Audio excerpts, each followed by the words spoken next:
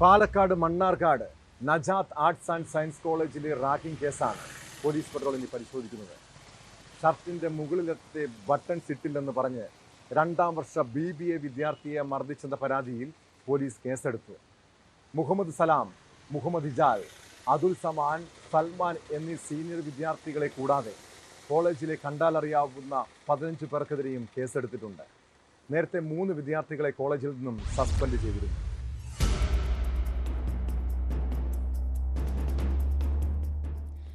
ഷർട്ടിലെ button ഇടാത്തതിന് കോളേജിലെ 2ാം വർഷ BBA വിദ്യാർത്ഥി മിൻഹാജിനെ 3ാം വർഷ വിദ്യാർത്ഥികളായ 4 പേർ ചേർന്ന് മർദ്ദിച്ചെന്നാണ് പരാതി. ഷർട്ടിന്റെ ബട്ടൺ ഇടാതെ പോകില്ലെന്ന് പറഞ്ഞായിരുന്നു ആക്രമണം.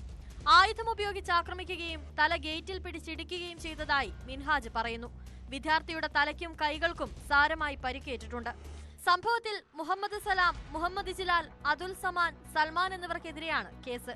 കോളേജിലെ കണ്ടാലറിയാവുന്ന 15 പേർക്കെതിരെയും കേസെടുത്തിട്ടുണ്ട്.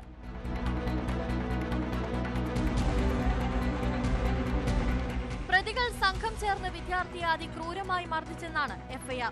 3 പേരെയും കോളേജ് അന്വേഷണ വിധേയമായി സസ്പെൻഡ് ചെയ്തിരുന്നു. കഴിഞ്ഞ ദിവസം ഉച്ചയ്ക്കായിരുന്നു ഈ ക്രൂരത കോളേജിൽ നടന്നത്. മർദ്ദനത്തിൽ സാരമായി പരിക്കേറ്റ മിൻഹാജ് വട്ടമ്പലത്തെ സ്വകാര്യ ആശുപത്രിയിൽ ചികിത്സയിലാണ്. വിദ്യാർത്ഥിയുടെ കുടുംബം നൽകിയ പരാതിയിലാണ് പോലീസ് കേസെടുത്ത് അന്വേഷണം ആരംഭിച്ചിട്ടുള്ളത്.